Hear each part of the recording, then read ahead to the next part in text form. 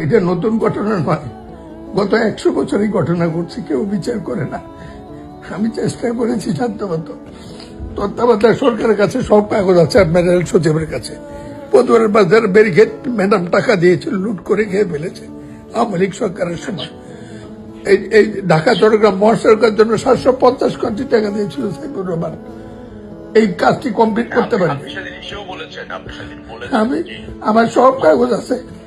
আপনি যে দেখুন, আমি কালকে ডাক্তার অ্যাপয়েন্টমেন্ট, আমি ডাক্তার দেখা হয়ে গেলে আমি কাল রাত্রে অ্যাপ্লাই করবো, চেষ্টা করছি। আমার ঘুম যাওয়ার জোগাড় নাই। এই লাশ দেখতে দেখতে আমি বৃদ্ধ হয়ে গেছি ভাই রবিউল।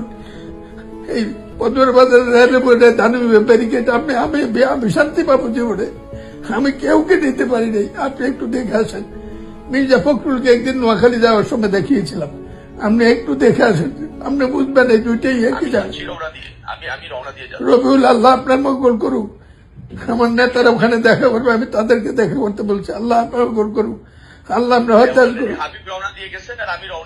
আমি খুব খুশি হলাম, সারা দিয়েছেন। আমি আপনার কাছে ভিক্ষা চাই, দুইটা সমাধান আপনি করবেন।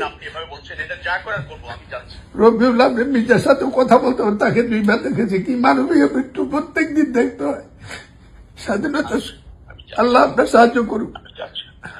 আপনি ধৈর্য ধরুন, যাচ্ছে, আমি যাচ্ছি।